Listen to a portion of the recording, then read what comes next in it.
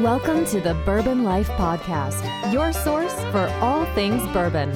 Join your hosts, Mark and Matt, as they drink and review bourbons, share news about upcoming events, interview the who's who in the bourbon world, and, most importantly, bring you along for the fun of living the bourbon life. Now, here's your hosts, Mark and Matt. All right, everybody, welcome back for another episode of the Bourbon Life Podcast. I'm your host, Mark, and with me, as always, oh, Matt, it's already started, man. This is not good. I've not even been drinking tonight. Can you believe that? But maybe I'm just nervous about this show. 30 seconds into this one. Yeah, but with me, as always, is my co-host, Matt. Matt, how you doing tonight? Mark, I am doing really great tonight. I think we had a brief discussion earlier. I know we always start talking about the weather here in Kentucky, but it's been a glorious day because I had to have the seat warmer on in my car, which for me, it means the weather is turning, get nice and toasty on the drive over. That's seat warmers, long pants. I'm in a good place today. Yeah, at least you're wearing pants this week. That's a good thing, that's right. I did. Everybody, I'm extremely thankful for that. You know, so we got that going for us. But yeah, man, it's been a beautiful day here in Central Kentucky. So I'm excited. Fall really seems to be here, and it's great. And we're gonna drink some good bourbon and rye tonight too, man. I'm excited, really excited about that. Before we jump into the episode, though, I do need to thank our sponsors, the Stave Restaurant in Millville, Kentucky, located out there on Glens Creek, between Castle and Key and Woodford Reserve. They provide great food out there. You guys need to check them out. You can check them out online, order to go visit them, hang out in their little treehouse porch they got out there. It's an awesome place. Chef Jonathan Sanning does a wonderful job. And then also Pinhook Bourbon, our newest sponsor, providing some great bourbon and rye as well. So you can check them out online as well, pinhookbourbon.com. So Matt, now that I try to do that as fast as I can, because I know we got a lot of stuff to go over tonight. So you want to tell everybody who we have with us tonight? Absolutely. I will waste no time getting into this one here. But listeners, we are so good to you all because for another week, you don't have to listen to just Mark and I talking. We brought you another guest, and not just one guest. We have stacked the deck in our favor so that hopefully there's even less of me talking, which I will just get right to. So we have Fred and Freddie Noe, two men who need no introduction from Jim Beam. Gentlemen, welcome to the Bourbon Life Podcast. Thanks for having us. I think I'd use the word gentleman loosely to talk about the two of us, but you know. Speak for yourself. People who really know us know that you're definitely stretching it a little bit when you call us gentlemen. Hey, it's still early in the podcast here, so we got plenty of time to. Thanks for having us on tonight. Yeah, well, we appreciate you guys both being with us. We're really looking forward to this. We've got some great things that we're going to be drinking. Guys, we have a bad habit in the past of just jumping in and talking and asking questions, and we forget to talk about what we're drinking until we're about halfway through the session. So we're not going to do that tonight. We're going to start out and talk about what we're drinking first. And the first thing that we've got poured up tonight is the Basil Hayden 10-year-old rye. So I'll let you guys, this is your baby. So Fred or Freddie, whoever, you guys want to just kind of tell us a little bit about what we're drinking here tonight? I'll let Freddie start it off. Yeah, I had a little bit, had my hand in this project. This is a pretty cool one. As you may know or may not know, Basil Hayden is one of our bourbons under the original small batch collection that my grandfather Booker created. And it's a high rye bourbon. And, as popular as bourbon has become in today's world, there's quite a few, as we call them, LTOs or limited time offerings, where you may find these special pockets of unique liquid to maybe bottle up and put out there. And with that, we had this 10-year-old rye whiskey in our warehouses. And we thought, Basil Hayden being a high rye bourbon, why not release a straight rye under the name? And so this 10-year-old whiskey, a little bit older, Basil's around a 5.5 to 6-year-old profile. The key for Basil is that it needs to be approachable and welcoming. It's one that we like to use to welcome people into the bourbon industry. So it's got a nice, lighter finish. So for us to step into a little bit older whiskey and put a 10-year age statement on there, it still needed to keep those characterizations. And so I think as you'll taste here, it does just that. It's at 80 proof, like all of our Basil Hayden releases are and will be. If people ask for single barrel Basil or cast strength Basil, Basil, as we said, have always been the one we use to welcome folks to the industry. So if you're used to drinking Basil at 80 proof and you see that beautiful bottle sitting on a shelf and you grab it and you take it home and it's a cast strength single barrel, it's a wonderful liquid. I mean, we've tasted quite a few folks. If you're lucky enough to come by the distillery, we have some sitting on my desk or his desk. We'll let people taste it. It's a beautiful liquid, but it's just not something for Basil Hayden. So I think this 80 proof does this rye a lot of justice. It's got hints of that rye spice. You're picking up a lot of that caramel flavor, some brown sweets really coming through from the barrel. But I think for a rye whiskey, it remains in that approachable category and is a great way for us to kind of flex how we may enter folks into the industry. Yeah, it's great that you said that about kind of using this as a way to bring people in, because we did an episode. It was probably only our third episode quite a while ago. And we had a friend of ours on the show with us, and she was a red wine drinker, but we were trying to basically introduce her to bourbons and some rye and get her to understand, the nuances a little bit about it. But we used Matt. It was your Basil Hayden, the 10-year-old bourbon, wasn't it? Yeah, it was. It was the 10-year-old bourbon. And it's funny that Freddie, you were talking about Basil Hayden being a good gateway in, because it was my gateway bourbon into the industry. Because I say that and I think our PR people cringe when I call it the gateway bourbon. No, it's without me faulting you as it being the gateway. That's the reason my dad, when he created the small batch collection, there was 4 bourbons in that collection: Basil Hayden, Knob Creek, Baker's, and Booker's. And each one he created had a place within the family. They all have different taste profiles. And you find people that navigate. And when we were out promoting these brands, when they were babies, as I always call them, or infants, my first question for somebody when they would walk up to the table was, "Do you drink much bourbon?" Yeah. And if they said, "No, not really," I grabbed the Basil Hayden. If they were, I said, "I'm an experienced bourbon drinker," I might grab Knob Creek or Booker's. So a little bit, I might go with Baker's. Because the worst thing you could do would be introduce somebody to bourbon with a neat pour of, say, Booker's. Yeah. Strength, uncut, unfiltered, big, bold, or even a Knob Creek with the bold flavor of it. You're going to turn them off, make them cringe. And I always say, if you make a face when you taste a bourbon, it's too strong. Yeah. Get it to a strength that's pleasing to your palate. And that's a lot of times people get turned off real quickly by bourbon if it is, stout and real bold. But Basil is usually one that you can always introduce people to. And we always like to start with the lower strengths when we're doing tastings like this to kind of get you. The worst thing you could do would have been taste this one last. And then you would have said, well, this doesn't have any flavor at all, because start getting to the bigger, bolder flavored products, the lighter ones tend to, get just buried pretty much. Yeah. Matt, I see you over there sipping on it already. What are you picking up on this one?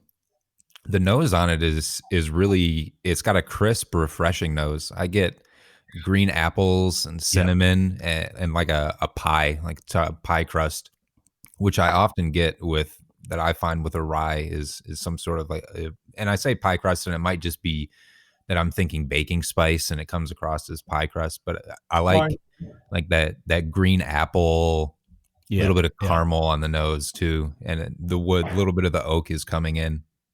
Yeah, at a 10-year, that's not a surprise to get that. I'm not really sure what the official tasting notes are, Fred Freddie, but making your own up as we go along. There you go. All right. Really, to be honest, I don't like sharing tasting notes because I think it kind of becomes a little too subjective for folks. Possibly, as he said before, if you tell them it's going to smell like shit, it'll probably smell like shit. You can lead people on a tasting by throwing out descriptive terms while they have the glass in their hand. And, it's always, a lot of times we'll tell people how to nose it with their mouth open. You teach people the technique of how to sure you guys don't need it. You seem to be very experienced at this. But if you taste it, you know what you're tasting and the way you describe it. I mean, it's for me to tell you what you're tasting. I don't know what you're tasting. Like the pie crust, I've never heard that descriptive term, but I can see that when you said it.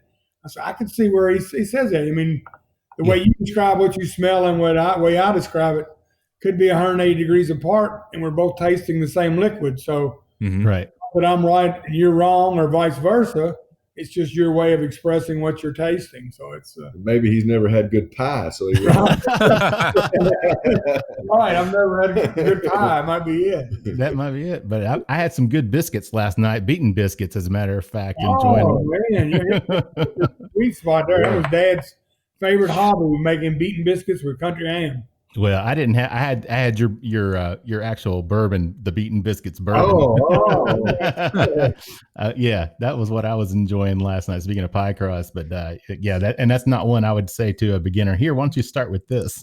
My dad used to tell a story of back in the early '70s.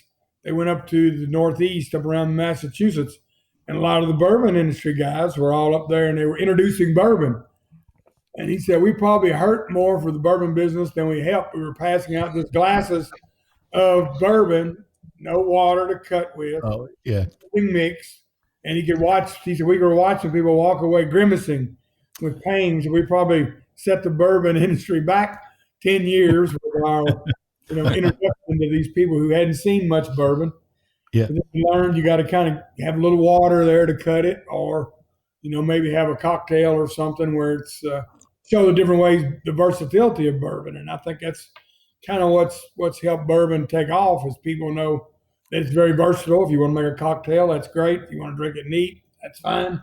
Yeah. We're not real big on rules, which always give the Scotch guys grief, because, they say, you don't want to put water in there or put ice in the glass. You bruise the whiskey and you need a certain kind of glass. And I said, we drink it out of the bottle, man. We don't have to have all of the rules y'all got, And you got men wearing skirts. That's another thing. That's always an easy shot for me to get on at Bourbon Festival.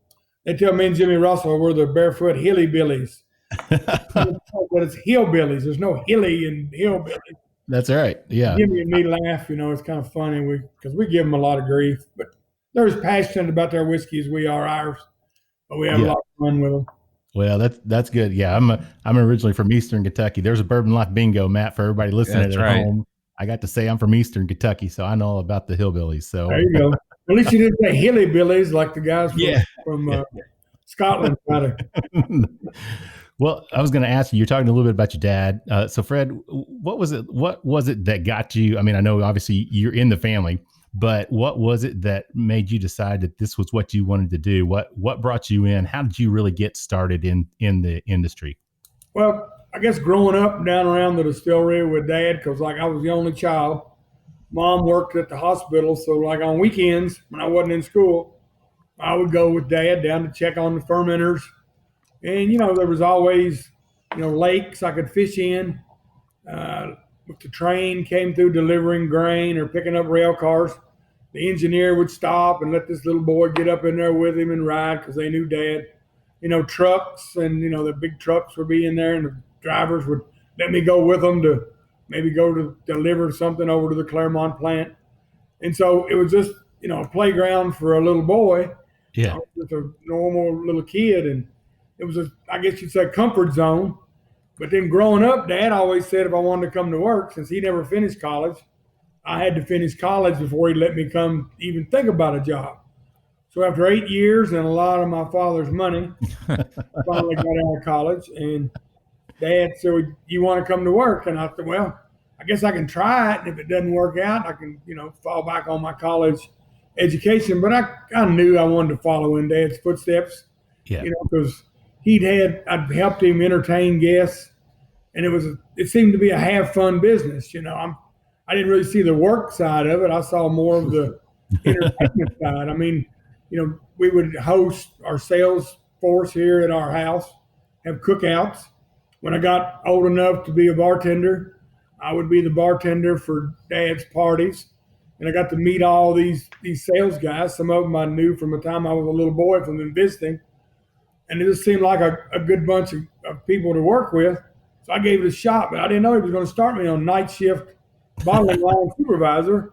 It was not a very glamorous job for Jim Beam's great grandson, but that was kind of Dad's way of teaching me the business. He never worked in bottling. He'd always worked in the distillation, warehousing, and all of that side, but because the bottling was at Claremont, and he was always at the Boston plant, which is now the Bourbon Life plant. So he didn't really ever touch the bottling facility. So he said, I'm going to put you there, let you start there, and you can teach me bottling. So that gave him an excuse to quiz me when I got home about what I learned today. He said, you need to learn something every day, son. He always called me boy. He didn't call me son. It was kind of funny. I would get quizzed, because I was working night shift. So before he'd go to work, he'd come over and wake me up, see what I was doing, kick me out of bed, and we need to talk. I said, okay. He quizzed me a little bit, but that was his way of seeing if I was really, in tune. But I had to tell him that, people down there thought I was a spy at first, being his son and Jim Beam's great grandson, and being on second shift. I mean, they were wondering, well, why'd they put him here? Yeah. Nobody could figure out why Fred. But after they figured it, I didn't really care about what they did. As long as we got the work done. If they snuck around, took a drink, I didn't catch them. Everything was cool. I wasn't looking too hard, I'll be honest. Yeah. We got along great. I mean, I built a great relationship, and I think the workers really respected me because I got in the trenches with them and worked with them, and they would put me, if they needed somebody in the warehouse, they would send me. If they needed somebody in the distillery, if they needed somebody to watch the guys cut grass, they sent Fred. If they needed somebody to give a tour, that was me. I pretty much was a jack of all trades and a master of none for the first 5 years of my career, but that's how I learned the business, and I loved it. And then his dad got older, and he backed away. He didn't want to travel, so they put me traveling. Then when he finally did retire, I stepped in, and that's how I got into the business. But it was just something that Dad wanted to be my decision, so he never put any pressure on me. Yeah. He used to always tell me, when my college grades came in and they weren't so good. He said, you've got 18 cousins that are just as kin to Jim Beam as you are, and you're not a lot for this job. Yes, sir. I understand. He was pretty good trying to build a fire under me, but my mother would step in and say, no, you can't not let him alone. And at the time, my great aunt, Jim Beam's daughter, was living next door, and I was living with her for a period of time. She'd throw a little cold water on my dad when I was actually living with her. He would try to get on me a little bit. And, Booker, you weren't a saint when you were his age. So that kind of helped me a little bit, but it didn't matter. He was kind of do as I say and not as I did, Yeah, right. That's fathers and sons, which this one sitting here can kind of attest, to that. I tried to give him the same treatment, but a little easier, I think, maybe. Now, Fred, I think I saw or heard or read somewhere, and correct me if I'm wrong, that you almost got into doing some entertainment work at one point with Bo Cephas. Is that correct? Well, I kind of forced my father's hand just a little bit. At the time, Dad and Jim Beam were sponsoring Hank Williams Jr. Yeah. He wrote the song Family Tradition and talked about Jim Beam. Jim Beam. So we went to a couple of shows, and Dad, after the show, we walked through where all the crowd was, and he'd see, Jim Beam bottle, maybe a Jack Daniels bottle, Jim Beam bottle. He said, I think this guy really does help us sell some bourbon. I said, he does, Pop. People who listen to Hank drink Jim Beam. Jim Beam. Yep. So he became a sponsor, and we would go to a lot of shows, and I got to be friends with them, and they needed a helper for the road, and I was offered the job, and I remember coming home telling my father, I think I found a job this week, because I was out of college, but they didn't have a spot for me to immediately come to work. So if they were coming through Kentucky, I would meet them at a truck stop after I went by the plant, picked up a few cases of, Jim Beam, and I would park my truck at maybe Sonora, Kentucky, or down here at Shepherdsville at the truck stop, loaded on the tour bus, and off we went up I-65. When they came back home to Nashville, they dropped me back off at my truck, and I'd go home. Anyway, they offered me a job, and I told Booker, I think I found a job. Doing what? I said, traveling with Hank. He said, boy, that ain't no life for me or you. And only 2 weeks later, they found me a spot. Nice. Might have forced their hands just a little bit. If I ever started riding that tour bus and drinking that like getting on the road, I may never come back to Kentucky. Or once in a while. Probably wouldn't be living today if I would have went down that path. Yeah, that'd be a rough life to live. There's no question about it. Now, Freddie, what about? I was 25 years old, and it was I was 10 feet tall and bulletproof. And it wasn't a drink. We did not drink out there on the road. It was fun. Yeah, it was a good experience for me, I guess. I'm sure it was. Freddie, what about you? I think I read because here's another Bourbon Life bingo. I'm an attorney. And I seem like I've read or heard somewhere that you actually initially at one point wanted to be an attorney. Is that correct? Yeah. I thought I'd take a stab at it. Dad, and I'm sure, more Granddaddy always said I was a good arguer, so I'd make a good lawyer. So that's kind of where it stemmed from. And then, I seen all the lawyers in town dressed nice, driving nice cars. I thought, hell, that's exactly what I want to do. Until you find out that there's that 8 additional years of college. And I wasn't in the top half of the class, much like Fred wasn't either. Yeah. It took me 6.5 years to get out of college. So I'd probably still be working on that law degree if I went for that. It's been 9 years since I graduated. I guess if you spanned out what it took me to get a business degree, you still, like I said, I'd probably still be in school. So I gave that one up. Much like Dad's story, it's very similar, a very normal childhood, with the exception of knowing a lot of sales folks and hosting a lot of parties is what I said. We just hosted a lot of parties. Yeah. But so, it was folks to throw the football with or whatever. It wasn't me paying attention to the bourbon industry hardly at all when I was a kid. But as I got a little bit older and Granddaddy passed when I was 16, I seen so many people that he touched and listened to, people give me the condolences. And a lot of times there'd be a story attached of how he, whether it was just meet them or had touched their life, even a lot of them. And so, it just really kind of changed my mindset, I guess, on it. And I wouldn't say that I was set then, but going into college, I had a better idea. That's what I wanted to do.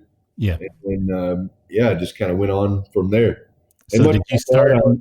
I started on first shift, though. I got You're a better agent than I did. The one thing I pulled up probably more in my early time was these long days, being much like Dad. They thought I was undercover boss, but once they realized I was another guy just getting the job done, they were fine. But the other supervisors and some of the management at the time would take advantage of me because they knew if no one would sign up for the weekend that I was going to come in because I wasn't going to not let that happen. And so I spent a lot of times working. I called it the weekend island. You'd come in at 7 in the morning, and sometimes I wouldn't get home till 10:30, 11 at night, depending on how it would go, running a skeleton crew. So I got some torture as well. It wasn't all great, and I worked shifted to night shift for a while when we had someone leave. And then in the distillery, it's 24/7. So I dabbled my fair share in many times around the clock, as we would say. Yeah, it sounds like it. Well, guys, we're actually kind of we run over just a touch on the first session, which is no big deal. But it's probably a good place now that we kind of got your all's individual stories that we can go back. Let's talk about this ride just for a few minutes, and we'll close out this first session. But Matt, what are your thoughts? With the palate, the finish and the palate on that. The palate's got a really nice spice to it. It also, I pick up a little more sweetness on the palate than I had on the nose, and that cinnamon is really coming through. But it does have a really nice spice that I wasn't expecting because I didn't pick up as much spice on the nose, but it really, really hits the palate well. Yeah, it was a surprise to me as well. Like you said, Matt, you get that spiciness, and it does linger even though it's 80 proof. I think sometimes when you think 80 proof, you think that it's going to be like, oh, you take a drink and it's gone. And that's not the case with this at all. You take a sip.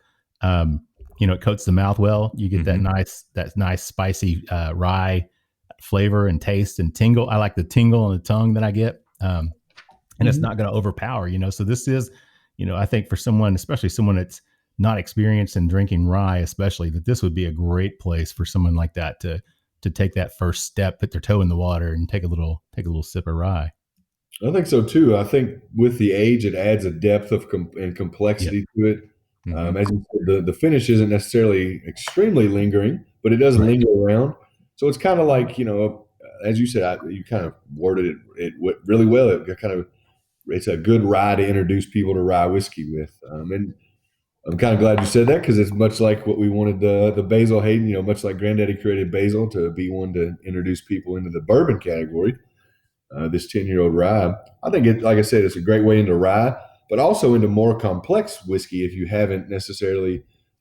You've tried Basil. To me, as you all spoke earlier, you tasted the 10-year bourbon. I think either one of these is a next kind of step in, is a little bit more complexity, more sweetness from the barrel that you guys were picking up on as well. You still got some lingering spice there from the grain. Yeah, definitely. So yeah, for me, I mean, it's not something, because I prefer higher proof stuff, and that's what I tend to drink on a regular basis. So for someone like me, this isn't necessarily something that I'm going to sit around on a regular basis and drink, just because I prefer the higher proof stuff. But this is something I would definitely buy and keep on my bar. And anybody that I know that has not had experience drinking rye or is interested about it, I wouldn't hesitate to make this their first foray into that category. Matt, what about you?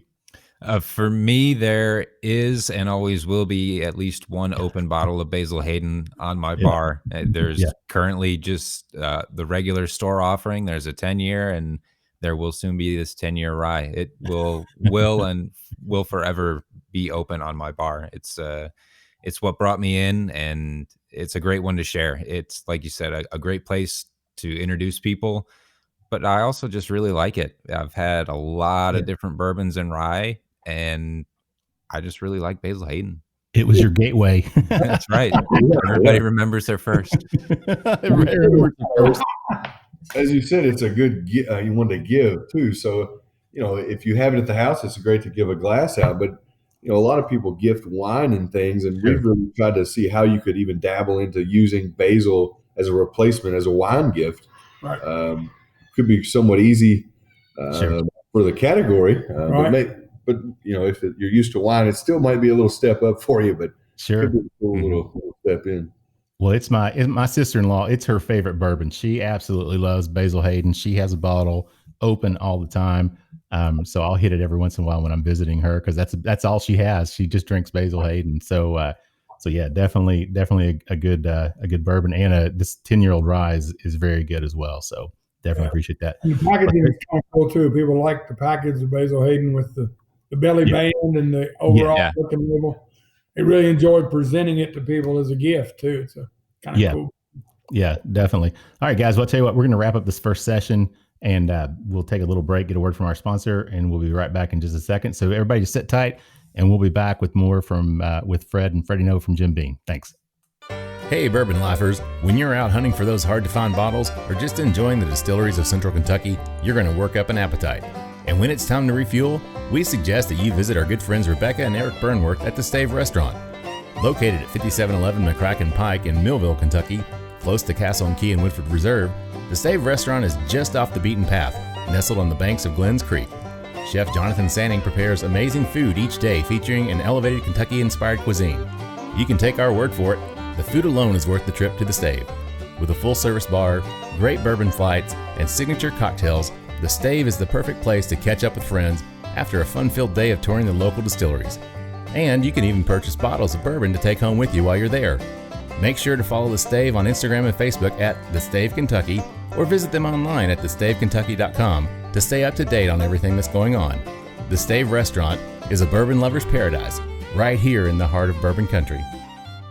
All right, everybody, welcome back for session and or round two, whichever you prefer to call it, of the Bourbon Life Podcast. I'm your host, Mark, and with me, as always, is my good friend, my buddy. I got it right this time, Matt. You did. What's up, man? Hey, not much. Mark, I forgot to ask you, how are you doing? I always ask you in the beginning of the show, but we were just so excited to get right to get it. in. But, I know, how man. are you, man? Man, I'm doing good. I'm doing great tonight, Matt. We're drinking some great rye and some great bourbons coming up here, and got some great guests. So I couldn't be happier, and I'm ready to jump in on this one. What about you? Absolutely. Let's waste no time getting right back into it with Fred and Freddie Noe of Jim Beam. And guys, what do we have poured up here for session number 2? So what we've got is an Old Tub, which is the original, the original label, you could say, under our family's whiskey making. The name Old Tub, I guess, really comes from the old mash tub, which is what we make our mash in. We then transfer it to a fermenter where it becomes beer. But this is essentially a cooking vessel for us. And back in those days, as Dad was talking about a little bit earlier, the Old Tub, it was referenced before we actually had bottles as well. It was in some of the old ledgers, people picking up quarts of Old Tub directly from the distillery. But so this one is one we just re-released. It's essentially a 4-year-old 100 proof bottle and bond. And with this one, there's no filtration. So it's straight from the barrel,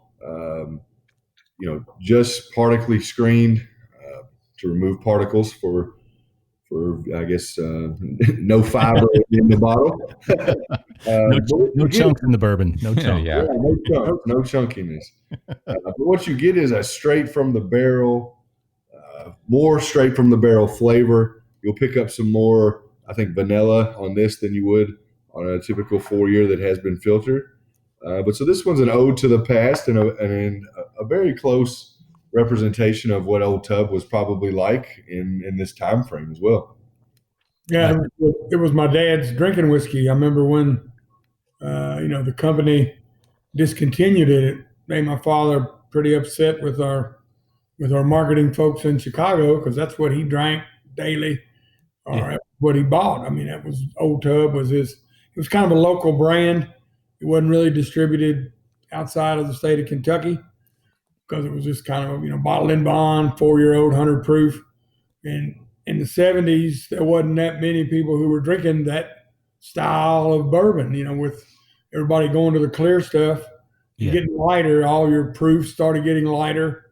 Everybody was trying to compete, and so it kind of wasn't a big demand for big flavored bourbons. But that's what Dad always enjoyed, and it being historical, it was kind of cool to bring it back, because some of the old timers that are still around that remembered Old Tub, they said, "I can't believe you're bringing Old Tub back." That was what I remember that when I was a kid. Especially ones that were people that were my age in their 60s, they can remember Old Tub when they were younger, because their parents probably drank it, or grandparents probably drank it. Local folks here around Bardstown area, because it was a very popular bourbon, and and doing it non-chill filtered brings a lot of flavor, as Freddie said, and that's what it's all about. We're trying to give exposure to more flavors, because people want more flavor in their bourbons, and anything we can do to give you more flavor, that's what we want to do. So that's I was gonna say, I'm swirling the glass, and you can see the oils and things just clinging to the sides. I love that. And these unchiltered bourbons, when you do that, and it just clings all the way down and runs and streaks, and it looks amazing. So, Matt, what are your thoughts on this? The color on this one too. I guess we'll talk about that. It's kind of a light amber or golden color. So it's not really, it's not a darker, it's not a dark bourbon, but it's got a very nice amberish, goldish tone to it, which looks really nice in the glass. Matt, what are you picking up on the nose on this one? Well, first off, I got to say, Freddie, I'm glad you gave us the story behind the name Old Tub, because this could really easily have been named after someone's dog, or someone you went to. I went to school with a guy we used to call Old Tub. That's where it came from. I think partly why the name kind of went away was it became unappealing. I guess marketing folks began to think, when was that, the late 70s? They said it's not a very appealing name. And so we just switched, as we'd already had the Jim Beam product at this point. So after Prohibition, a few years after Prohibition, we released a product named Colonel James B. Beam, which will be the first time you see Jim Beam's name bared on a label for our family. Mm-hmm. And then thereafter, we released Jim Beam as well, a 4-year-old product. Old Tub still stayed around during this time, but Jim Beam continued to grow in its prominence, and we essentially just discontinued Old Tub, and our bonded product was Beam Bonded. Okay. What's really cool about this one is, as Dad said, is a little bit differentiated flavor, but also getting to tell that story because, as you said, not a lot of people know where the name came from, or really that this was kind of the origins of the naming of our whiskey. Jacob Beam, people say they called it Old Jake Sour Mash. That's probably not a true fact, just because sour mash wasn't invented until probably about 40 or 50 years after Jacob had passed. So, Jacob was probably just selling Jake Beam whiskey or Beam whiskey, whatever. Right. It was back in 1795. And then this name Old Tub kind of came into effect, there whenever we started bottling whiskey up. And as Dad said, in the ledgers, which we don't really have a good accurate date of when the name Old Tub came about, we know that it has been used for quite some time. Yeah. I mean, when your company goes back 225 years, yeah, the early history was word of mouth stuff. It wasn't all well documented like it is today. And yeah, that's what I was gonna bring that up as well. Fell through the cracks. You guys are celebrating this year your 225th anniversary. Is that correct? Stories my father told me, and I've told Freddie. It wasn't really documented exactly when things came about, but we did find stuff in the 1800s that Jim Beam and them were selling Old Tub for 50 cents a quart. So we knew that, and Dad always told the story of people bringing their containers to the distillery and buying the whiskey straight from the barrel. They'd go up to a rack house called the courthouse, and they would draw the liquor right out of the barrel and fill up their jugs probably and charge 50 cents a quart, as before bottling came about. So this is what the family called the liquid, back before they were actually putting it in bottles and putting labels on it. So it's kind of cool to resurrect, that because it's part of our history and our legacy. And that's what it's all about when you've got, 8 generations of one family still producing products. It's pretty cool. I mean, very unheard of this day and time that one family would stick in one business for over 225 years now. So it's pretty cool, and it's a great legacy to have. And I think bourbon is a very traditional product. This is some tradition we can keep alive. Yeah, definitely. And I was, you talked about the 70s and the 80s. Obviously, the bourbon kind of took a tailspin there for a bit, and then resurrected. Thankfully, to the I guess your dad and some of the other guys that were involved in the industry, worked their tails off and created some really amazing products and started getting some things out there to people and really worked hard to bring the bourbon industry back around. So can you talk a little bit about that, how they did that? Yeah, it was funny. I mean, you brought that up when in the 80s, bourbon was kind of dead, and it was kind of considered your dad's drink or your granddad's drink. It wasn't hip to be drinking bourbon, to say. And, Dad and his good friend Jimmy Russell and their buddy Elmer T. Lee and Parker Beam, as you said, they created, super premium style bourbons with maybe extra age, different bottling strengths, different taste profiles. And the thing that they really did that got built the fire under the bourbon category was they went on the road and started promoting and hand selling, doing bourbon tastings and going to whiskey fests and, meeting people and showing people that there were real live individuals back in Kentucky who were making these products that had been around for a while. It wasn't some new fad.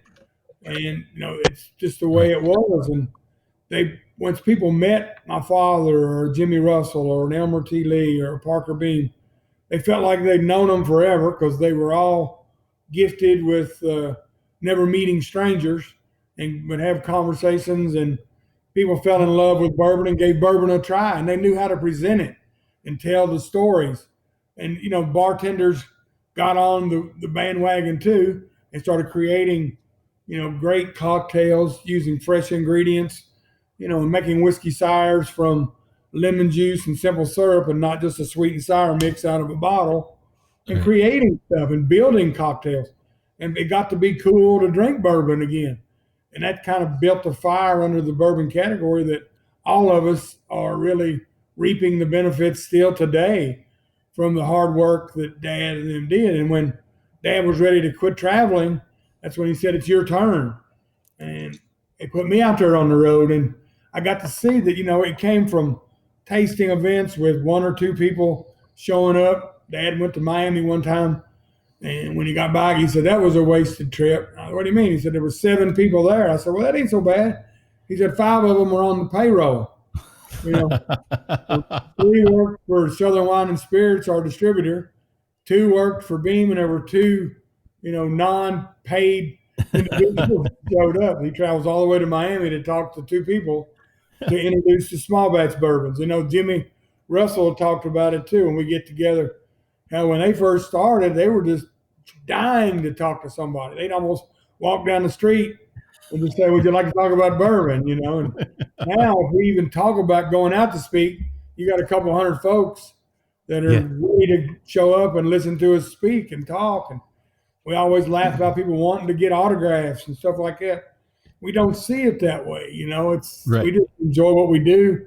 We've got a great life and we're all good friends. That's one thing about the bourbon industry. Nobody beats each other up. I mean, sales guys on the street, they're very competitive. But when you look at the distillers, we're all good friends. We've been friends. There's multi-generational distillers. I mean, look at the Russells.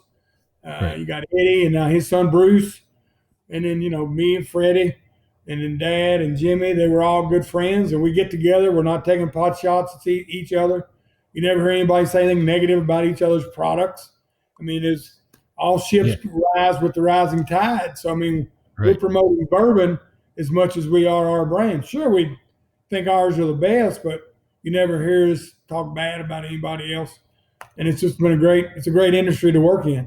And our family's been in it for over 200 years, so we must be doing something right, Yeah, you guys are definitely doing something right. There's no question about it. And with this Old Tub, you definitely have done something right on this one. There's no question about it.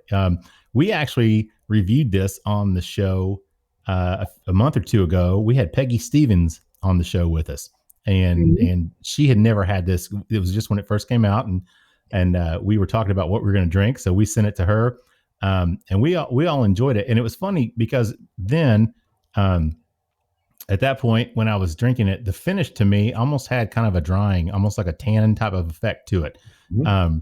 And on this bottle that I've got here, I don't get that effect. So I don't know if it's because I let this bottle has aired out. And Matt, I know, talked about that too. And he actually dropped a couple drops of water in his. And he said that really opened his up a lot for him. So, but yeah, Matt, what about this round? This is our second time visiting on the Old Tub. First time, of course, with the guys that made it. So yeah. This is round 2 on the Old Tub. And I did get the similar sort of a drying aftertaste or finish on the palate at first. But again, I went back and added just a little bit of water and it opened things up for me a whole lot. I got a whole lot more flavor. I got a lot of vanilla, a lot of peanut, a lot of nuttiness when I put a little water in there. And for 4 years old, I taste a lot more of the oak and almost like a smoky quality to it. And I think that just that little bit of water for me really helped to open it up and give it more flavor. And the finish also is not as drying as it was before. It's not. That to me, that's what I was really going. I went into this thinking, I'm going to get that same effect. And this has got a nice, is this, well, I know you don't have the disclosure on the mash bill. Is this is this a higher rye though mash bill, or is it? Nope. This is our Jim Beam mash bill. Oh, okay. All right. Gotcha.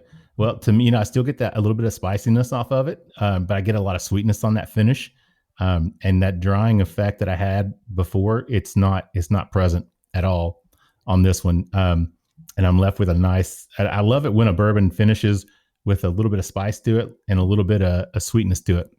and there's kind of a conflict between the two. It's like it's sweet, and then I'm like, no, it's spicy, and then I'm like, no, wait, it's sweet. But I like it when I pick up both of those tastes especially on the finish on that. So Matt, what about you on this one? What do you think? Yeah, it's good. And especially the story behind it. And I'm curious.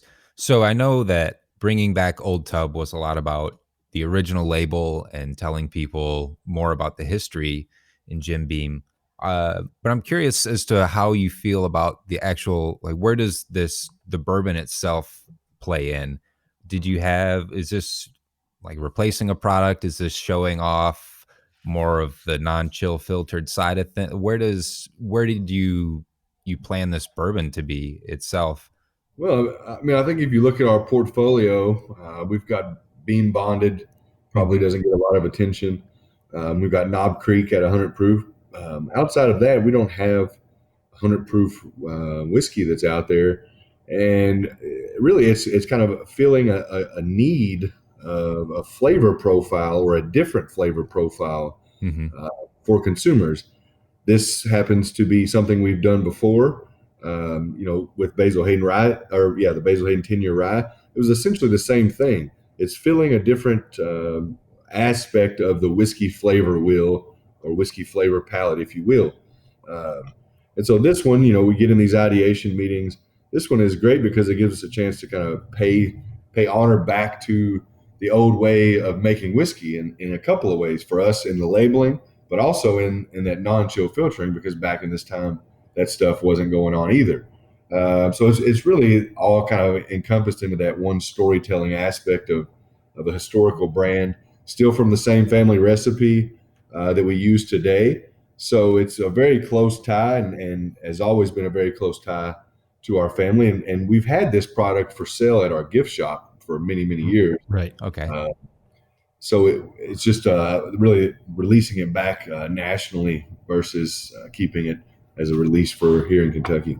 Yeah, and this was like, what is it, like $22.99 or $23 a bottle or something? Is that right? That's the pricing on that, which is, yeah, man. I mean, you can't beat that. I mean, that's a bottled and bond, 4-year-old 100 proof whiskey, a bourbon. Yeah, that's a great price point. That's a great bourbon.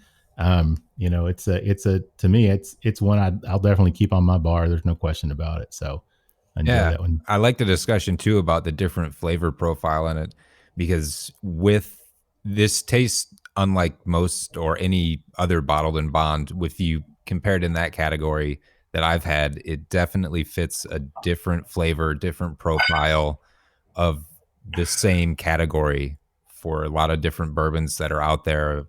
And I think at the price point, it's a hit, no doubt about it. Yeah, definitely. Well, guys, we can move on. I know we're going to try to squeeze four different things in tonight. If you guys want to, we can move on and talk about the Knob Creek that we've got poured up next. This is the 9-year-old. If you guys want to tell us a little bit about that. Well, this one was one of the original small batch bourbons in Dad's collection. Booker's came out first, and then a few years after Booker's release, he came out with the Basil Hayden, the Knob Creek, and Baker's. And Knob Creek actually is the bourbon that my dad put me on the road promoting. That was kind of the one where, he gave me Knob Creek in Homer, Alaska, and he said, we'll let you have Knob Creek. And I said, what do you mean? He said, well, I've been watching you on this promotional trip. Every time we order a bourbon, you order Knob Creek. He said, that's about right. He said, Knob Creek's for boys, Booker's is for men. So we ordered Booker's.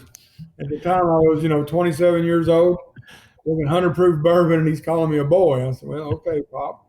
He said, I'm going to give you Knob Creek.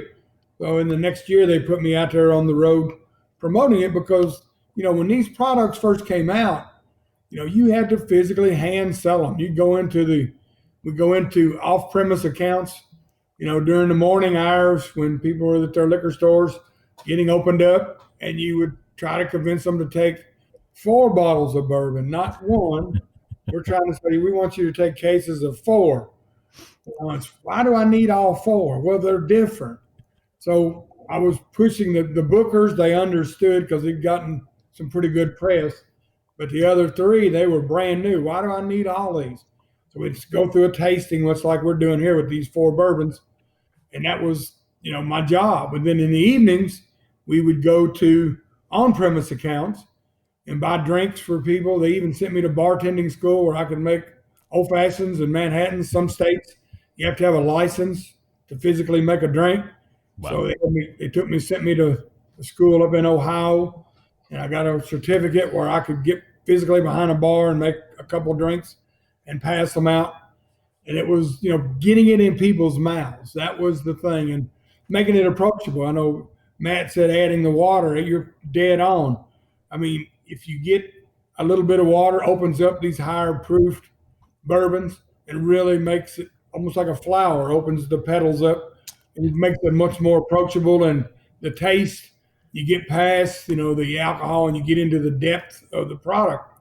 So showing people that, when Knob Creek it came out, it was 9 years old, 100 proof.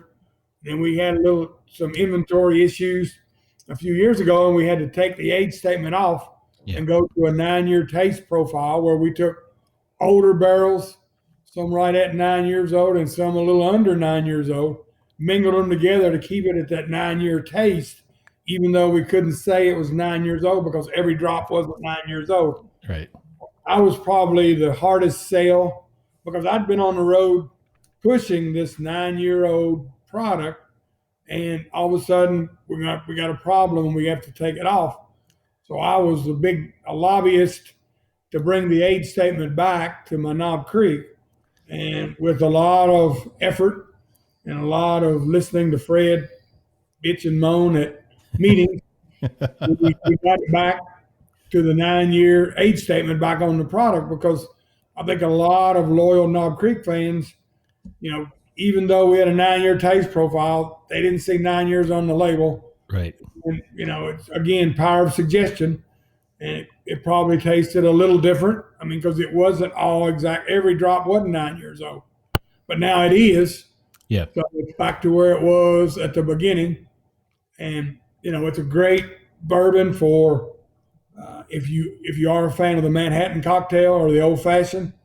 Knob Creek mixology world, a lot of my good friends that make those classic cocktails, they love the Knob Creek because I didn't know that stirring a Manhattan was to get dilution. I thought they were just getting it cold. But if they start with 100 proof, when you dilute it, you can still taste the bourbon. If you start with, say, an 80 proof, when it dilutes, then the bourbon part goes away and it becomes more of the other ingredients. Yeah. Well, I learned something out on the road that, when you do stir that Manhattan, you do want dilution to kind of open it up. Yeah. You get those flavors to mingle, and even, on the old fashioned as well. So, I learned that, and Knob Creek's always been a favorite of mine because, Dad gave it to me, and I promoted it and traveled, acquired a lot of frequent flyer miles, getting out and visiting bars, some big ones, some small ones, and just meeting people and introducing them to them. And now I run into them. I remember I saw you back in everybody remembers the time they met me or Dad. And it's kind of cool. They've got a story about how we probably drank more than we should have.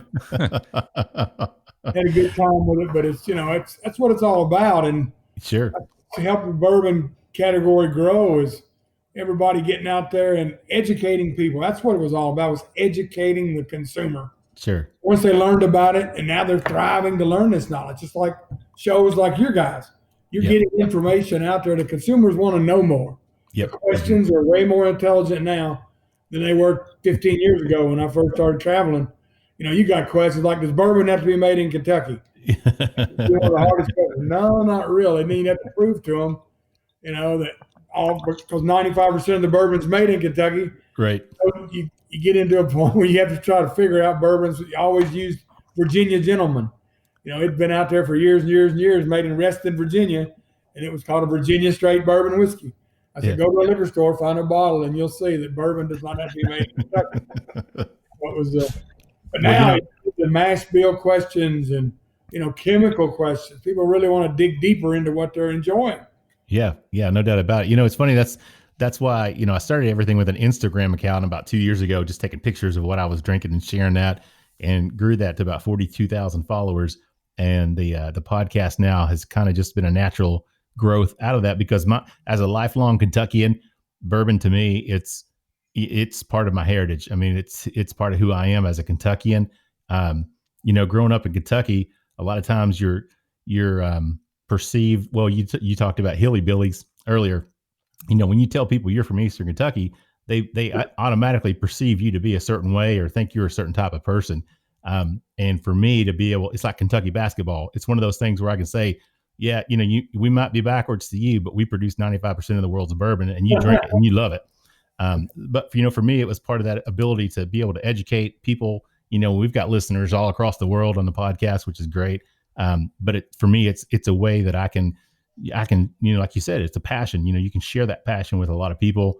And it's a way for me to promote Kentucky, because, we have other people from other states, but, to me, bourbon is Kentucky. Kentucky is bourbon. But yeah. And Jim Beam to me, when I think of bourbon, I mean, Jim Beam, obviously, one of the first bourbons I ever drank when I went to UK and go to the football games. Jim Beam bourbon was one of the ones that was always there. And of course, I was mixing it with Coke back then. Okay.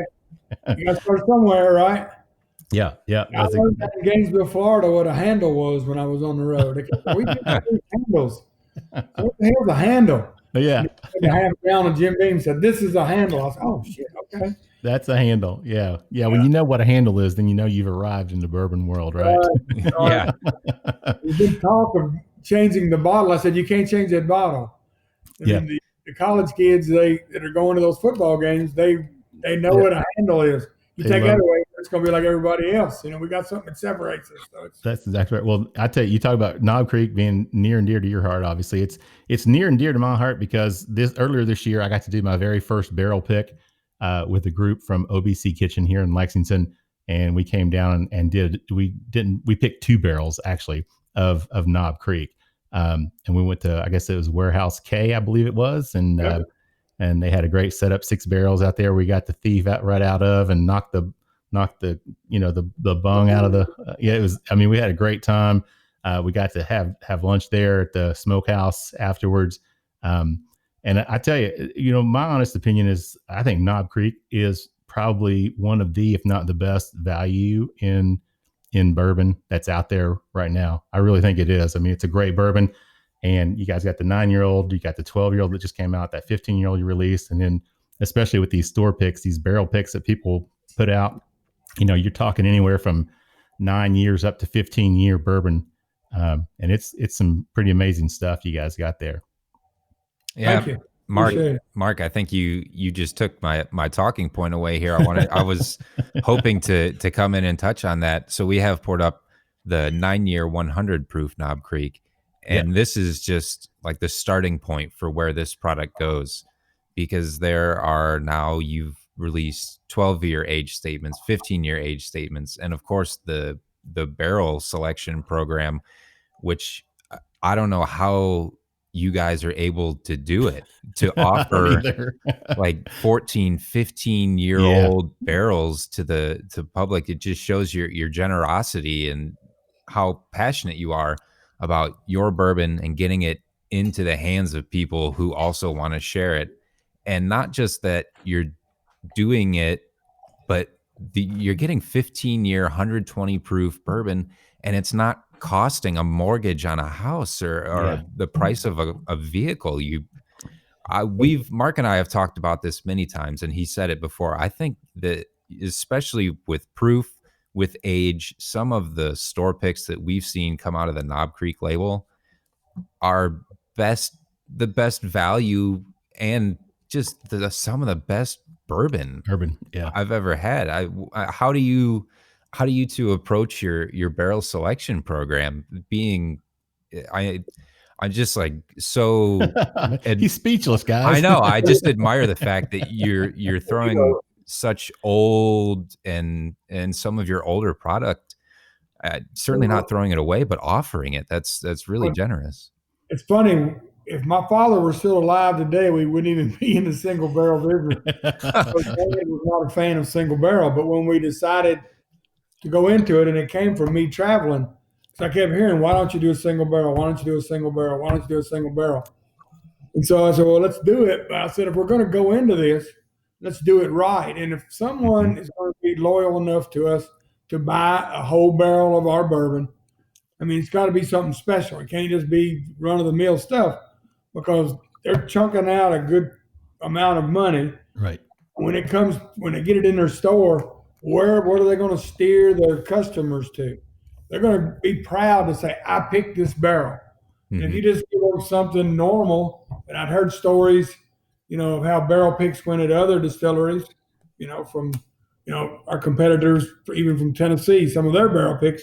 I said, we need to be much more transparent. That's why we go into a warehouse and actually knock the bung out, like you said, drop the thief in. Yeah. If you want to stay with your barrel, you can stay with it and do the bottling and actually put on labels that day of that barrel. So, there's no smoke and mirrors. I mean, it's very transparent.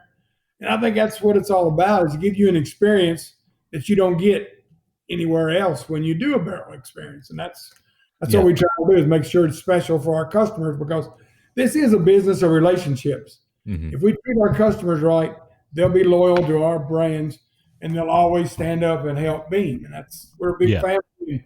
We bring people into our family. We've got a saying, you come as a friend, you leave as family. Yeah. And that's what it is. We're all about bringing people in and getting them into what we do, and showing them, and if we answer questions. If I get into the town, or if Freddie's in town and you bought a barrel, we'll stop by the store and sign bottles. I mean, we're all in this together. I mean, it's just us making it all the way down the line. Yeah, that's great. And like I said, that was my first barrel pick experience. And I think that's, you start, it's like going to, I don't know, Fenway Park or something, or starting in the professional leagues. And as a first barrel pick, that's going to be hard for other people to match up, and other distilleries to live up to, because that was an incredible experience. And picking the barrel, one of the barrels was almost a 15, it's like 14.9. One of the best bourbons I've ever had. So we love it. So Matt, going back to this 9-year-old, so we can wrap up this second session here. What are you picking up on this? What do you think about it? Well, Knob Creek is no stranger to me. I truly love this bourbon, and I get a lot of the grain on the nose. I also get honey and clover. It's got a sweet honey and clover note on the nose, as well as the grain and the oak. I can taste that this has been in the barrel a little bit longer. Yeah. And then the palate's got that familiar, I get, again, sort of a nutty taste. But this is definitely drinks older at the same proof than the Old Tub that we were just tasting. I can taste that it's got a little bit more of the barrel char, a little bit more characteristics of that. Some of the vanilla coming through as well. But again, I get the honey and kind of the clover on it. Yeah, it's nice that we just drank the Old Tub at 4 years old, 100 proof, and we moved on to the Knob Creek 9-year-old, 100 proof. But the depth of this 9-year-old Knob Creek, you can really detect that as compared to the Old Tub was a really good bourbon, no question about it. But the Knob Creek 9-year-old, just the complexity, kind of you talking about that with the rye earlier, Freddie, the 10-year-old rye, the complexity of that extra aging. I think that really comes through on this 9-year-old Knob Creek as well. Yeah, it really starts layering all of those flavors together that you guys are mentioning. You're getting a lot of flavor from the barrel with Knob Creek being there 9 years. We tend to say that's probably about 65% of what you're tasting coming directly from the barrel, whether it be some of those brown sweet notes, some of that smoky, charry note that you may pick up. And like I said, even some of those sugars, the vanillas and the caramels as well. So there's so much that comes from the barrel at this 9-year 9-year age point. And with 100 proof, you really start to see that complexity layering together. Yeah. And, to me, this drink's almost, I don't want to say hotter, because it doesn't come across as hot to me, but this drinks to me like a higher proof bourbon. Yeah, it's got a good full body. Yeah, to it. So we want Knob Creek as a full-bodied flavor. That's kind of the taste profile Dad laid out. Yeah, when he created it, and it's what we try to do. Just like Freddie was talking about Basil Hayden, it's approachable, easy to drink. Knob Creek's always been full-bodied bourbon all the way through, and it always will be. That's Yeah. what it's all about. Same thing if you had a real light Knob Creek and somebody who's been drinking it gets a Basil Hayden taste profile. I said, what have you done to my Knob Creek? People who are loyal to these brands, they know what it tastes like. You Yeah. change it, and they will know quickly, and you'll hear about it real quick. Oh yeah, I'm sure. Well, guys, we'll wrap up this second session. And again, I don't think there's any question about my stance on Knob Creek, whether it's the 9-year-old 100 proof or the 12-year-old or a 120 proof barrel pick. I'm a fan through and through, no question about it. So Matt, I know you are too. Yeah, it's a great versatile product with a lot of backbone. It's got a lot of places you can go. I do recommend that if you have access to a private selection or a barrel pick from one of your local stores, your local purveyor, check that out, because these guys really have rolled out all the stops, and these are not just a couple barrels that they're throwing down for people to pick from. These are unique, great single barrel offerings. Yep, I agree. All right, guys, we're going to take a quick break, and we'll be back in just a second with the third and final session with Fred and Freddie Noe with Jim Beam. So everybody just sit tight, and we'll be back in just a second.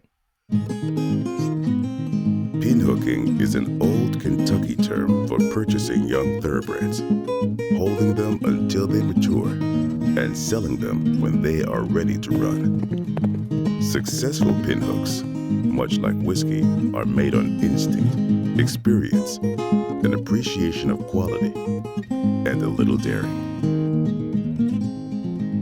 Pinhook, straight bourbon whiskey. All right, everybody, welcome back for the third and final session of the Bourbon Life Podcast. As always, I'm your host, Mark, and with me is my good friend, Matt. Matt, you hanging in there tonight, man? How you doing? Oh, man, I'm doing so great. And as always, we've made it this far. So please, everybody, don't blow it. Stick around for the fourth session of the Bourbon Life Podcast. Yeah, kind of the fourth, third or fourth, our fourth, but maybe your third. Anyway. We are back for the final session with Fred and Freddie Noe from Jim Beam. And Freddie, why don't you take us home here with what we've got poured up for session number 3? So what we have is the latest release in my first line, which is called Little Book. As Dad was speaking earlier, Granddaddy created Bookers in the light of the way whiskey was used to be and the way it was meant to be, as we touched on as well for you listeners that have stuck it out with us. On Old Tub, we talked about people bringing their jars to the distillery and buying directly from us in purchasing it, and putting it in our ledger. Dad said, even sometimes had credit. And so during this time, we didn't cut the whiskey to any proof. It was straight from the barrel right into your container. I'm sure a lot of people are salivating and envious of that time. We talked about single barrels and a lot of the flavor that comes straight from a barrel. So with Bookers, that's what it was all about. And with Little Book, to kind of intermingle a story with the kind of the name of the brand and how it came about, it's the same thing. I had this thought in my head of how if you blended corn whiskey with rye whiskey and malt whiskey, how close would it taste to bourbon? And at the mash bill percentage of Jim Beam, how close would it taste to Jim Beam? And so I thought, we touched earlier also on flavor exploration. So a lot of these things we've talked on are really rooted in this brand for me. It's all about the flavor exploration, and the element that brings that about is blending, which has not necessarily been a very well-received product in American whiskey terms for a lot of the history. A lot of it because you can add color, you can add flavor to dose it up and change it. But this is what we call a Class A blended whiskey, which means there's nothing added to it besides straight whiskeys. Or in Chapter 2's case, I used a straight whiskey. It happened to be a Canadian whiskey. But our I guess regulations don't deem that straight whiskey, so it had to be labeled whiskey. But each year I'm basically blending straight whiskeys and maybe, who knows, in the future, straight spirits if we ventured out of the whiskey categories ever. But with that, I thought it coming straight from the barrel, it was very important A lot of what I learned about the industry stemmed from curiosity from my grandfather or from things I had heard from Dad about Granddaddy. So being my first product, it was only fitting it bear the nickname that he gave me, which was Little Book, for Little Booker. Now I've got a kid, and I kind of laughed to my buddies were like, what are you going to do when Booker, your son gets older? Are you just going to give him Little Book? I said, hell no, that's mine. I've worked on that. He was just born with the name that happened to be my nickname. Should have rethought that before we named him Booker again. Yeah, that's trademark now. So what are you going to do about it? You know, right? But so Little Book or each year is a unique blend, different liquids or different whiskeys each year. But offered at barrel strength, and like I said, the reason being, want to let the folks that get a chance to try it neat. You can try it on ice. You can try it with some water, as we've talked about earlier. It really opens up higher proof whiskey. Or, as Dad said, we travel a lot. I've traveled talking about Little Book, and I've tasted a large number of cocktails that have been made with Little Book, and I haven't turned any of them down. So it's just about flavor exploration and doing it on your terms. My dad has a term, drink it any damn way you please. And that's how he approached that when you said you used to drink Beam and Coke. Yeah. There's been people come to Granddaddy's tastings and talk about drinking Booker than Coke. And he never frowned or said a negative word about her. It's just always about drinking the product your way. We create the products. It's much like we say with our tasting notes. We're not going to tell you what we taste, because we want you to enjoy it. That's what we make it for. We enjoy it. And so Little Book being in that same kind of realm was fitting. And I think it's been very successful line. And so what we're tasting today is the 4th iteration. And with it being Little Book, we've actually kind of took a little coy joke of the Little Book term and call each one chapter. So it's chapter 4, lessons honored. And if you get a chance to get the bottle, you'll see it's each year the unique piece is the hang tag. We change the color of the hang tag, and also on the front of the box, it changes at the top there. It says Chapter 4, Lessons Honored. So each the plexiglass will change as well. But this one, the hang tag is blue. This is Fred's favorite color. This one is all about the honoring the lessons that he has passed on to me. His little books about Granddaddy, a lot of what I learned about Granddaddy, about the distillery, and about how we kind of changed the face of the industry with the small batch collection came from this guy, from Dad. And so having the opportunity to do a batch for him, it's actually the first time I let someone else pick a liquid with me. He picked out the 7-year bourbon that went into this, and then I kind of did the blending. Typically, I'll pick the liquid and do the blending. It's got my name on it, so I kind of get first and last point. Yeah.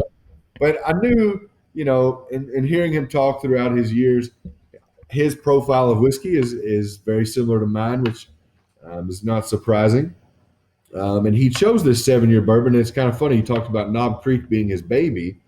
And he's also talked a lot about in his history of 7 to 9 years being a great sweet spot, 8 years being one as well for the profile he likes. So he chose a 7-year Knob Creek liquid. And so that's what this is. I tasted him on Jim Beam liquids, tasted him on Basil Hayden liquids, Baker's, Booker's, Knob Creek. And he, through that, a kind of a blind tasting, he narrowed it and we whittled it down, and it ended up being a 7-year bourbon. So it's kind of cool that he talks about it being very close to his heart, and the liquid actually is blindly close to his heart as well. Tried to trick him, but he passed, so it's all good. The other two components kind of lynched Granddaddy and I to Dad. The first one being the 8-year high rye, which is of the Booker's Rye Mash Bill. So it's something that Granddaddy created. Dad has since worked on. I've worked on with him. And as you can see, we have some of that liquid still floating out there at a younger age, and actually at a couple of different ages. It's the second time I've used this liquid in Little Book, once at a 6-year on Chapter 1, and now again here at 8-year on Chapter 4. So that one really kind of ties everything to Granddaddy and to me and Dad as well. And the last one is the base of the blend, which is a 4-year Kentucky straight bourbon. with the flavor grain being brown rice instead of rye. And what this really does is I think it starts to pick up a lot more barrel characteristics a little bit earlier. You pick up a lot of vanilla if you were to taste this brown rice on its own. So it drinks much more mature, very similarly to this 4-year-old Old Tub. Drinks much more mature for its age. The other piece that why I like the brown rice in this blend is it's a little bit softer, so it receives some of that spiciness from the rye a little bit better. It also helps kind of round out some of that boldness that we talked about in the Knob Creek. I think you get a very complex blend that touches on things from some dried fruits to hints of oak and charring wood, and everything kind of in between that encompasses bourbon and a lot of American whiskey. The brown rice project is actually kind of cool. It's one that Dad and some other folks worked on before. On a signature craft line, we released an 11-year brown rice bourbon. It was a little exploration to see if you replace rye, how would our mash bill taste? So everyone kind of liked that. It was very received internally and also from consumers. So we said, well, let's do this project again. We'll kick off a new mash bill. And it's really the first new mash bill that we've put on the schedule continually. And so I actually got a chance. Dad was traveling. It was actually my first project in the distillery. I went to Arkansas, helped harvest the brown rice that went into this. And then 2 weeks later, it came up on truck. I distilled it with our distillery team, and I've been kind of monitoring it ever since. So it's really the first product I worked on that stemmed back from Dad as well. And I've been kind of nurturing this baby for only 4 years, but I think being over 50% of this blend, you can see that it actually packs a pretty nice punch and brings a very complex flavor to a blend here. Yeah, there's no doubt about it. Matt, what are you picking up on that over there? I see you working on it. So, yeah, the first thing I got was the stone fruit and dried fruit on the nose. Got a lot of cherry, a lot of darker like plum and fig on the nose to get that really nice stone fruit. And then you were talking, there's a 7 and an 8 year in here. So I pick up the age from that. I get the barrel coming out of it and the oak coming through in that. And the vanilla is there as well that I find with so many of your products, really great vanilla. What about you, Mark? What do you have? Yeah, well, I was going to say, I'm just thinking about the in terms of the palate and the finish on it. The finish on this is great. I mean, it lingers. I love the way that it finishes. It's complex. It's got a great spiciness to it, but it's also got a sweetness to it. It's I can't put my finger on what it is that's unique about it, but there's something that's just, it's very similar to what I think a bourbon would taste like, but there's a subtle difference to it. And I can't really say from a flavor profile I'm not going to say marzipan, just so you know. I'm not going to say it. It is not marzipan. I that much I'll tell you. You must have heard Jimmy Russell talk about them marzipan. I think I heard your story relayed about Jimmy Russell's marzipan story. And Jimmy told we were in Chicago at that time, and that was the new descriptive term that all whiskey writers were using. Right. Out of the blue, Jimmy said, "Fred, you ever caught one of them marzipans?" I said, "Not yet." He said, "You do. We'll catch him, we'll cook him, and we'll eat him. We'll see what the hell it tastes like." I said, "Okay." And all the whiskey writers are looking at us like, I think they're making fun of us, and we don't really know it. They really knew we were because they know Jimmy. He's going to take a jab if he gets a chance. Oh yeah. Well, for long, he's my second father, so I mean, Sure. Yeah, Fred. No marzipan for this one. In this one for me, but no, it's funny because I love high rye bourbons, high proof bourbons. And this one's obviously punching like what 122.8, I think. 122.8, yeah. So I was going to say it definitely for 122.8. You may be a little bit underwhelmed for the proof. I think it drinks a little bit lighter on this one. That's exactly what I was. Yeah. Knob Creek drinks a little bit higher. This one probably goes the opposite. So it may be a little something different for you there. Hopefully it doesn't drop too low into the proof point of which you don't. You're not at all, Freddie. And that's what I was going to say. That really. Other than the finish, which I love, but drinking it, when I drink 122.8, I usually brace myself, because I know what to expect. So I was really prepared. And like I said, I've had a bottle of this for a couple of weeks, probably a month or more. And I hadn't cracked it because I knew you guys were going to be on. So I wanted to wait. So I'm pleasantly surprised. It's not something that makes me say, "Oh, what a disappointment" at all. I mean, it's just the way that it drinks at 122.8. It does not drink like what in my impression of a 122.8 would drink like. It's very nice. That's a lot about what Little Book's about. Is it's about flavor exploration, but even if it's hitting on subtle flavors that you've tasted or seen before. It's about maybe the perception at the proof point or at like I say, a cask strength or maybe the age. So it's just about exploring within some of those flavors and profiles that hopefully people haven't touched before in some form or fashion, a new way into a flavor. Yeah, and this has got such on the palate for me, the sweetness of it. It's very surprising. It's not, it wasn't what I expected. But I just did pick up a lot of sweetness on it. Matt, what about you? What do you think? I really like the rye that's coming through on this, and you said that this has some of the Booker's rye in it, correct? That's correct. So it's the lowest percent of the blend.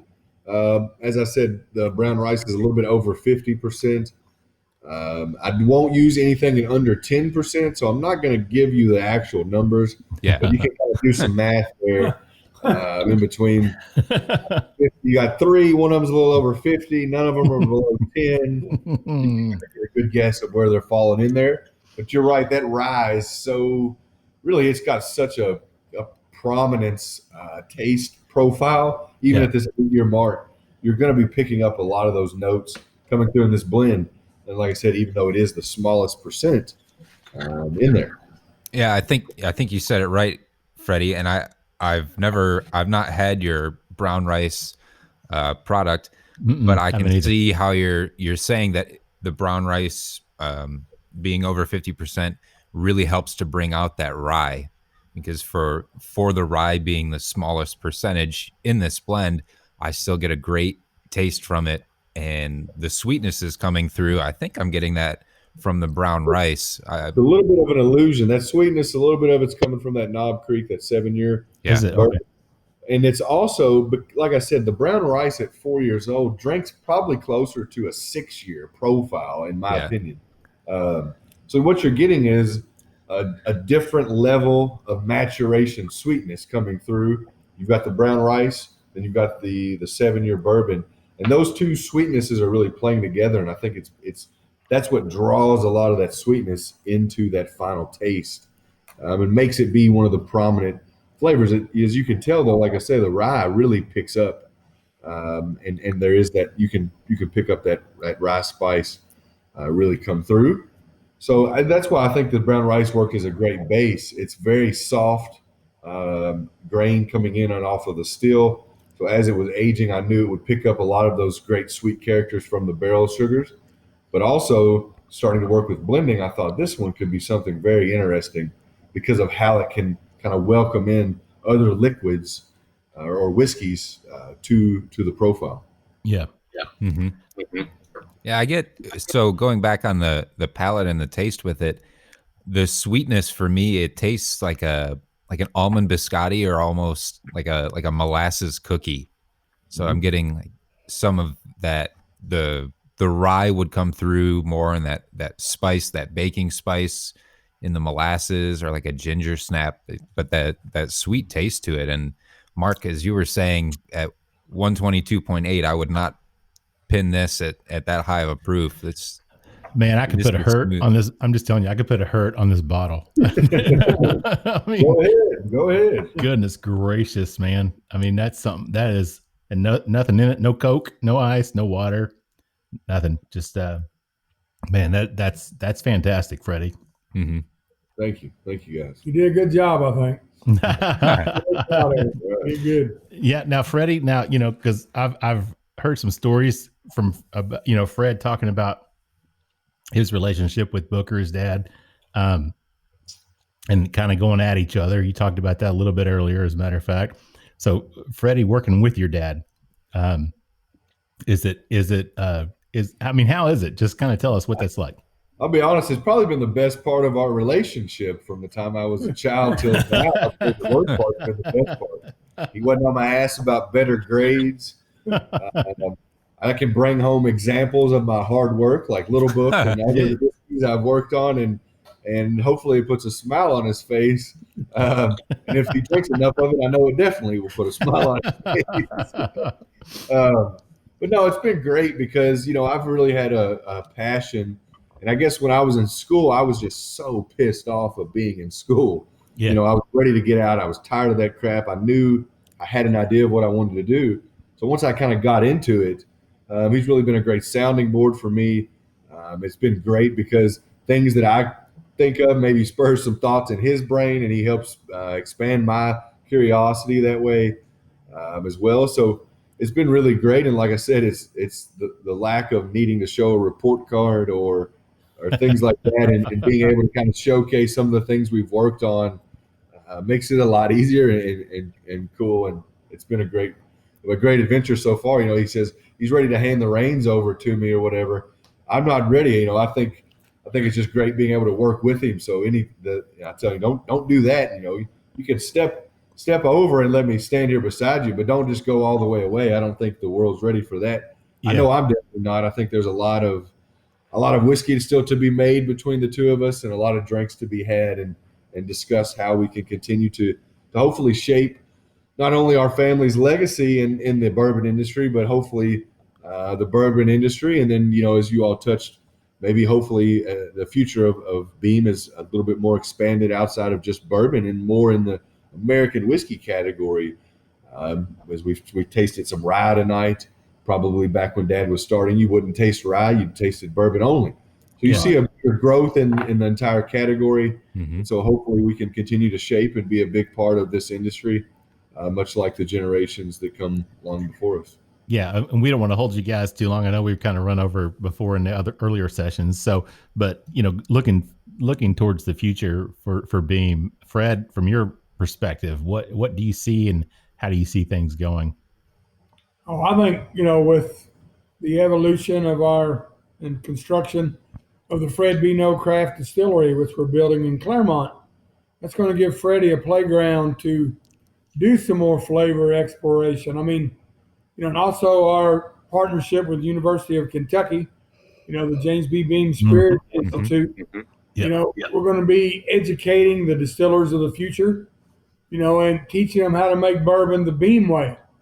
And, we'll be able to use UK as a resource for some, research, things that may help us, refine our process and to really get in there and get some different flavors. There's things that, with the size of our distillery at Claremont and at Boston, doing research is very hard to do. When fermenters are 45,000 gallons, that's a lot of research.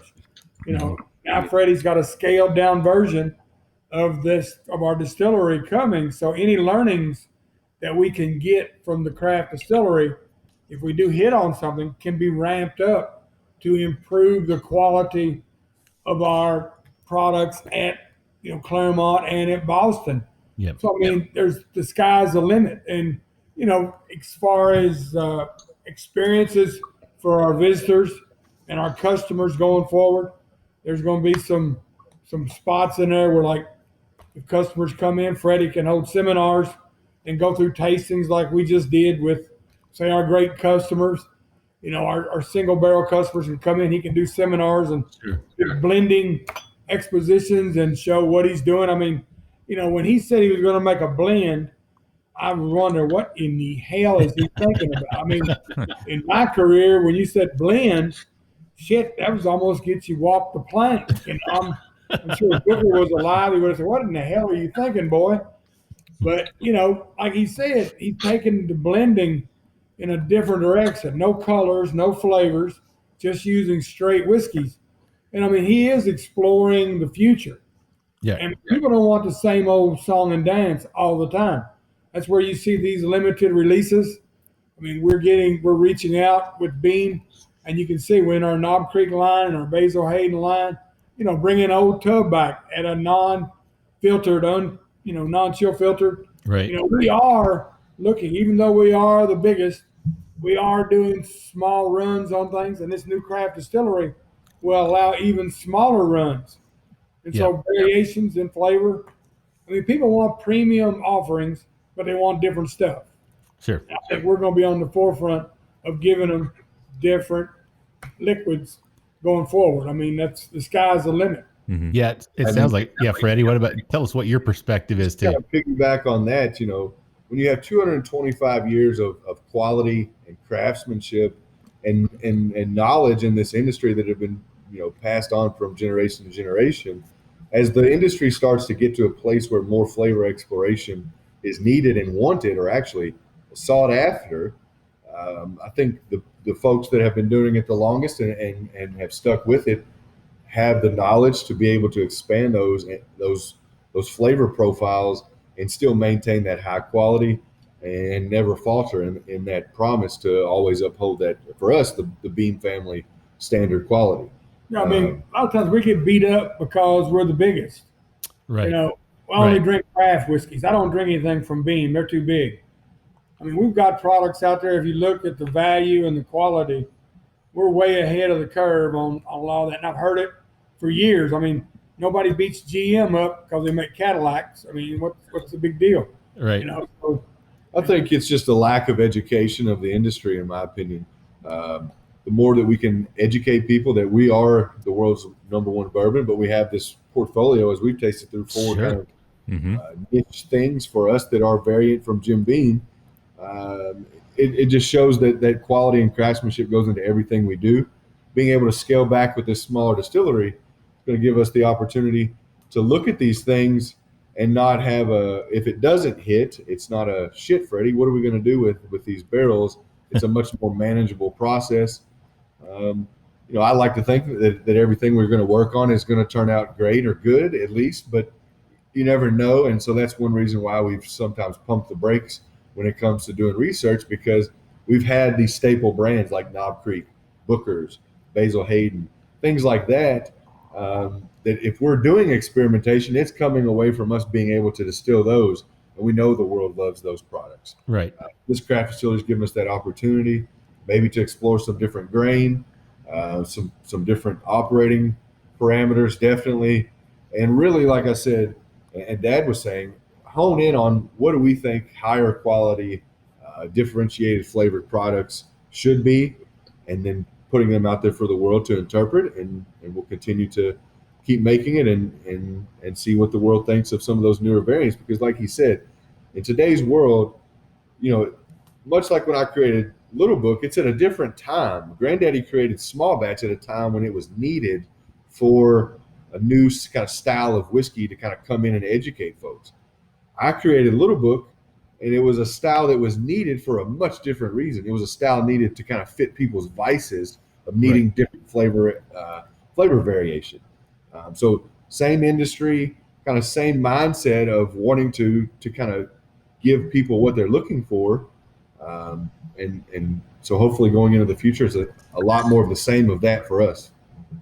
Well, I'm gonna visit the future, you know, a little bit more and have another little sip of that Little Book chapter 4. Yeah, but I tell you, it sounds like you guys got some great things going on down there. And I mean, obviously, you are a very large distillery, but people do forget that you also have an aspect of your business that still is craft. And everything you guys do is, I mean, it is craft. I mean, you guys you're artisans. You're making products, you're blending things together, but you're making your products as well.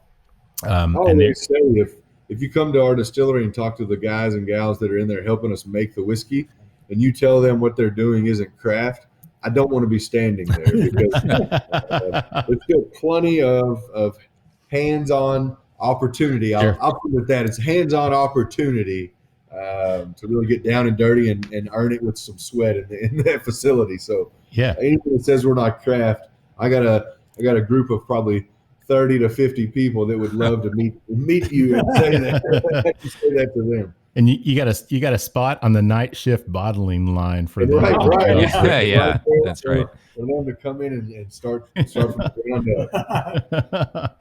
Well, guys, I know we got to wrap it up here. We've gone over, but we appreciate your time. There's no question about it. And final thoughts on the Little Book Chapter 4, Matt. What do you think on that, man? Absolutely. Just leave it at that. We'll just leave it at that. Nothing much else to say. Good then. Yeah. You did really great. It's the lineup of products that you have in the blend and what you achieved and is just really outstanding. And I will just caution everybody that it is still 122.8. So don't lose sight of that. It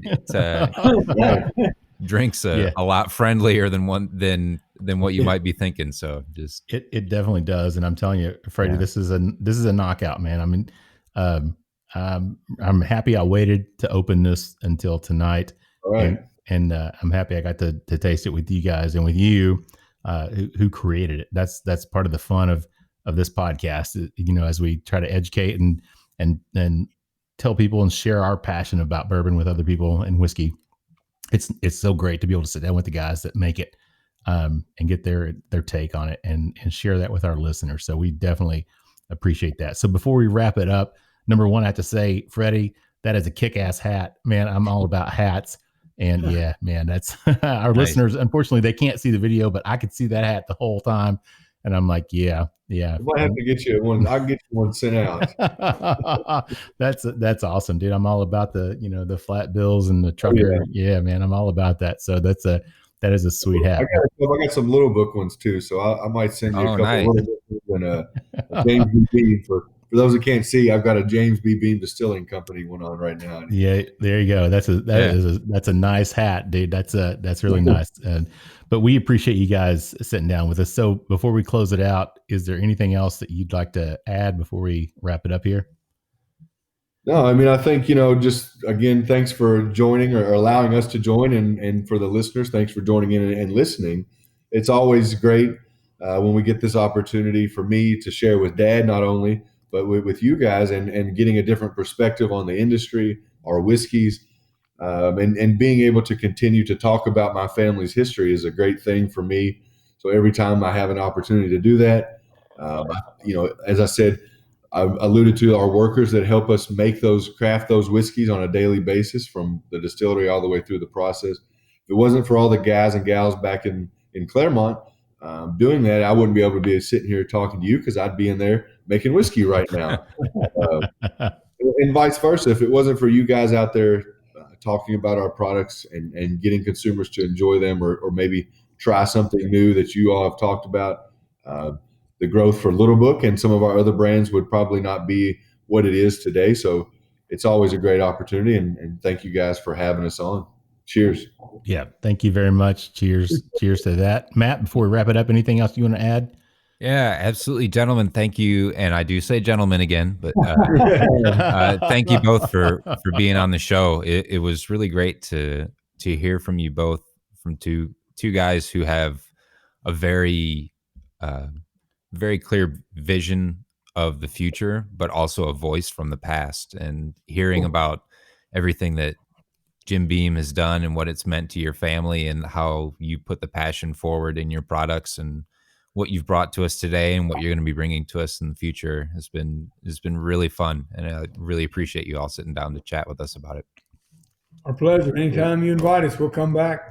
All right. We like I was gonna say we'll have to have a session 2 or round 2 of this sometime in the near future. Maybe we can come down there and sit around, and once all this COVID stuff's over with, we can come down and visit the new craft distillery next year when it gets up and moving. Yes, yeah, that Check it all out. Yeah, and we'll get some of that. We'll get some of that Basil Hayden straight out of the barrel that nobody. Yeah, and that I see that old Grandad 114 sitting on your shelf. We didn't even talk about that tonight, but we'll have to get into that too. Yeah. All right, guys. Well, I'm gonna wrap it up. Thank you guys very much for being with us. I'm gonna thank our sponsors real quick. Again, that's the Stave Restaurant out in Millville, Kentucky, making some great food out there. Check them out online, thestavekentucky.com. great food, great people, and also Pinhook Bourbon. So we appreciate their sponsorship and everything they do for us. And with that said, I'm going to send us home tonight with our tagline, which is, may your glasses always be full and may you keep on living the bourbon life. Thank you for joining us for this week's episode of the Bourbon Life Podcast. Our mission at the Bourbon Life is simple: to share our passion for all things bourbon with you every week. And we'd really love to hear your thoughts on how we're doing. You can find us on Instagram and Facebook at The Bourbon Life. You can also contact us by email at thebourbonlife@gmail.com. And you can always find us on your favorite podcast platform. If you have a moment, we'd love it if you would rate us and give us a review. So until next week, we hope your glass is always full and that you keep on living the bourbon life.